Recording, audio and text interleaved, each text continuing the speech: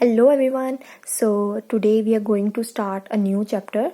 So cell the unit of life. बच्चों ये जो चैप्टर है ना ये आपके नीट के एग्ज़ाम के लिए या आपके बोर्ड्स के लिए 11th के बहुत ही ज़्यादा इंपॉर्टेंट है. सो ये जो मैंने नोट्स बनाए हैं ये मेरे खुद के हैंड रिटन नोट्स है जिसमें each and every line NCERT की कवर हो रही है. अगर आप मेरे नोट्स को ही अच्छे तरीके से कर लोगे, आप इवन मेरे नोट्स और एनसीईआरटी को सामने रख के बैठेंगे तो आपको इनमें कोई डिफरेंस नहीं लगेगा. एनसीईआरटी के कह सकते हो आप शॉर्ट नोट्स हैं ये, ठीक है. So let's start without wasting time. सबसे पहले एनसीईआरटी ने इंट्रोडक्शन दी हुई है जिसमें उसने दो वर्ड्स यूज़ किए हुए हैं. एक किया है उसने इंटीमेट थिंग्स, दूसरा किया है लिविंग थिंग्स. और बच्चों इंटीमेट थिंग्स जो है वो वाली होती हैं जो नॉन लिविंग थिंग्स होती है, मतलब इसमें जो सेल है वो एब्सेंट होता है. और लिविंग थिंग्स को बच्चों हम एनिमेट थिंग्स कहते हैं और इनमें जो है वो सेल प्रेजेंट होता है. लिविंग ऑर्गेनिज्म जो है वो यूनिसेलर भी हो सकते हैं, वो मल्टी सेलर भी हो सकती है. बच्चों यूनि का मतलब है यूनिसेलर एंड मल्टी का मतलब है मल्टी सेलर. यूनिसेलर का मतलब है कि उनमें सिर्फ एक सेल के बने होंगे, सिंगल सेल होंगे. मल्टी सेलर का मतलब है मल्टी सेल के बने होंगे. अमीबा जैसे आ गया हमारे पास, पैरामीशियम है, यूग्लिना है, ये सारे जो है वो यूनिसेलर के एग्जांपल है. मल्टी सेलर के एग्जांपल आ गए जैसे फ्रॉग, ह्यूमंस, ठीक है, जितने भी बच्चों सारे एनिमल्स आ गए और प्लांट्स है. और यूनिसेलर के एग्जांपल आ गई हमारे पास अमीबा, पैरामीशियम, बैक्टीरिया. मल्टी के एग्जांपल आ गई हमारे पास एनिमल्स, प्लांट्स, फंजाई. बच्चों फंजाई में जो यीस्ट है ना ये एक एक्सेप्शन है. यीस्ट जो है वो यूनिसेलर है, ठीक है बच्चों.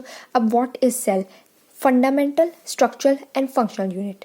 बच्चों ये सभी की फंडामेंटल यूनिट है, मतलब कि कोई भी अगर लिविंग ऑर्गेनिज्म है तो वो मेन यूनिट उसकी सेल ही होगी, मतलब कि उसमें सेल प्रेजेंट होंगे तो वो लिविंग कहलाएगा.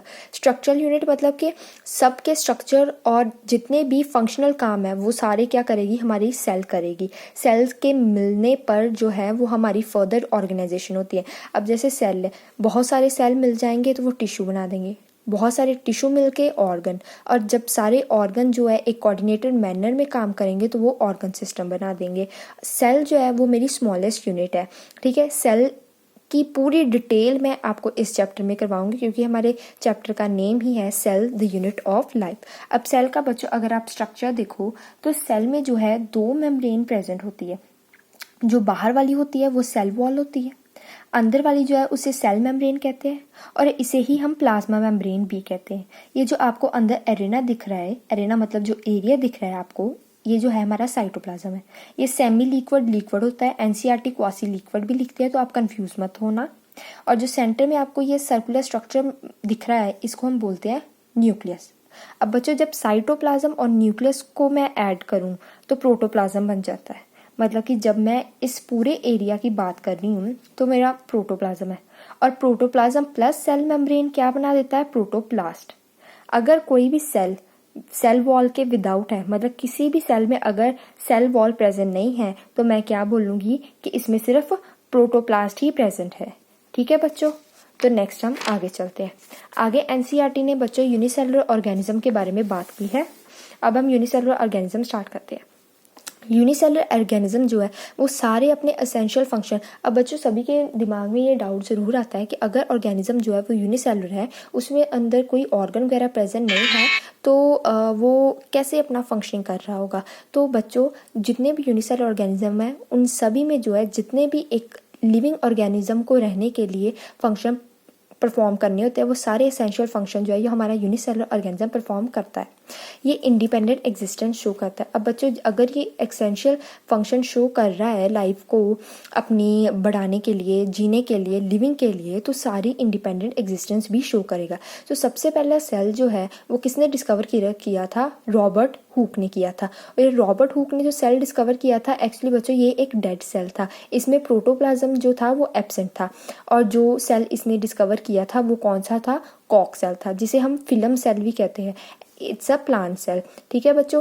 तो इसने क्या देख के बोला कि ये सेल है, सो इसने देखा कि सेल के बाहर सेल वॉल प्रेजेंट है, सो इसने सिर्फ सेल वॉल देख के बोल दिया कि ये मेरा एक सेल है, अगर ये तो होगी डेड सेल की बात। लिविंग सेल जो है वो सबसे पहले किसने डिस्कवर किया था? एंटन वैन ल्यूवेनहुक ने किया था, और ये कौन सा था? बैक्टीरियल सेल था। न्यूक्लियस जो है वो सबसे पहले रॉबर्ट ब्राउन ने किया था।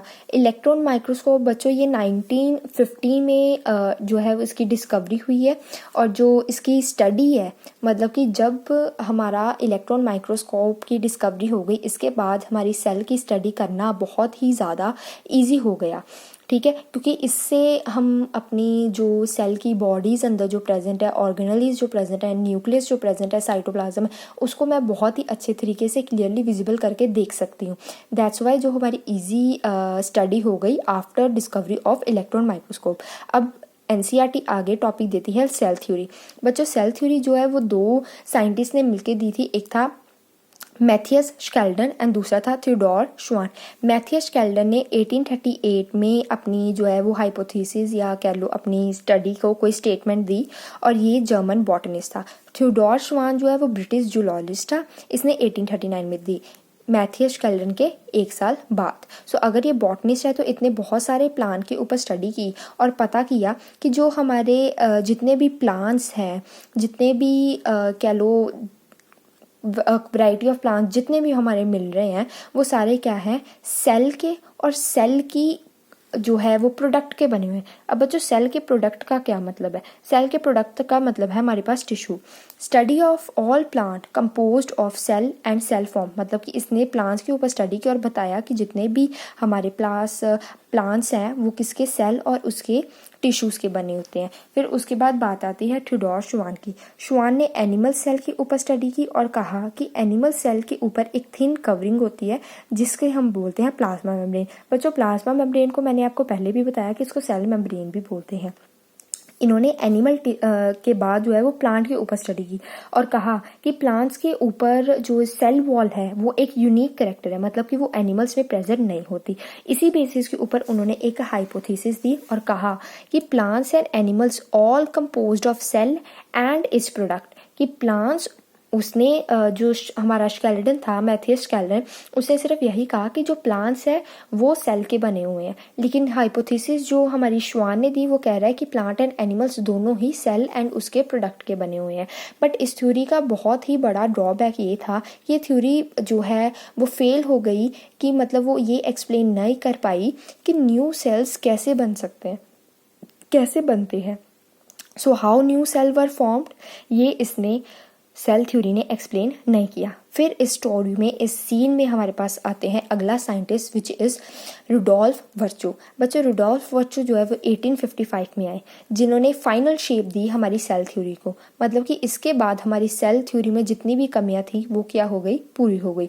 ये एक लैटिन साइंटिस्ट थी जिन्होंने एक लेटेस्ट स्टेटमेंट दी, omnis cellula e cellula, which means कि new cell arises from division of pre existing cell, मतलब कि आने वाले जितने भी नए सेल होंगे वो पुराने वाले जो सेल है मेरे उनके डिवीजन से ही आएंगे। जैसे देखो बच्चों ये पुराना सेल है, मतलब कि ओल्ड सेल है, प्री एग्जिस्टिंग सेल है, मतलब पहले से ही अपनी एग्जिस्टेंस रख रहा है, लिविंग है। सो जब इसने डिवाइड किया तो ये क्या बन गई? मेरे पास 2 डॉटर सेल क्रिएट होगी, मतलब कि प्री एग्जिस्टेंट सेल से ही मेरे यहाँ न्यू सेल जो है वो क्रिएट हो गए। इसलिए सिर्फ बच्चों एक सेल थ्योरी को एक्सेप्शन है कि वायरस। अब बच्चों वायरस जो है ये नॉन सेलुलर स्ट्रक्चर है। अब आप देखोगे जब बायोलॉजिकल क्लासिफिकेशन में नेक्स्ट जो हमारा चैप्टर आएगा तो उसमें जब किंगडम क्लासिफिकेशन हम करते हैं तो वायरस, विरोइड्स, प्राइन्स इन तीनों को अलग रखा है, क्योंकि ये एक नॉन सेलुलर कैरेक्टर शो करते हैं। मतलब ये लिविंग का भी करते हैं और नॉन लिविंग का भी करते हैं। मतलब जो मेरी किंगडम क्लासिफिकेशन मैंने उसमें इन्हें रखा ही नहीं, तो अगर मैं इन्हें इसमें रख ही नहीं रही हूँ तो ये जो है वो इसके ऊपर लागू नहीं होगा। जितने भी लिविंग ऑर्गेनिज्म है वो सेल और उसके प्रोडक्ट के बने हैं। प्रोडक्ट का मतलब क्या है? मेरे पास टिश्यू। ओवरव्यू ऑफ सेल क्या करता है? नेक्स्ट टॉपिक ये है एनसीईआरटी का ओवरव्यू ऑफ सेल में उसने अनियन और ह्यूमन चीक सेल की बात की है। अनियन जो है वो प्लांट सेल है, ह्यूमन चीक सेल जो है वो एनिमल सेल है। आउटर लेयर एनिमल सेल की किया है, सेल वॉल से बनी हुई है। अब बच्चों जैसे कि मैंने बताया कि एनिमल सेल जो है उसमें सेल मेम्ब्रेन प्रेजेंट होती है, सेल वॉल प्रेजेंट नहीं होती। So that's why delimiting layer human cheek cell की क्या हो गई? Cell membrane. अनियन की क्या होगी? मतलब प्लांट सेल की क्या होगी? Cell wall. अब डीलिमिटिंग लेयर क्या होती है? मतलब कि जो लास्ट लेयर होती है, मतलब जो एनिमल सेल की लास्ट लेयर जो होती है, जो बाउंड्री बनाती है, उसे हम कहते हैं डीलिमिटिंग डे है। ठीक है बच्चों, तो आज मैंने ओवरव्यू ऑफ सेल तक कंप्लीट किया है। तो एक बार आप अच्छे से एनसीईआरटी से रीड कर लीजिए, आपको विश्वास हो जाएगा कि हम पूरे ही एनसीईआरटी को मद्देनज़र रखते हुए ही चल रहे हैं। आपको दोबारा एनसीईआरटी पढ़ने की जो है वो बिल्कुल ज़रूरत नहीं पड़ेगी। मैंने ईच एंड एवरी वर्ड जो है वो कवर किया हुआ है। सो thank you everyone. So if you really like this video, please like the channel and subscribe to my channel. और बच्चों अगर आपको ऐसे ही इंटरेस्टिंग वीडियोस चाहिए तो please comment it. Thank you, bye बच्चों।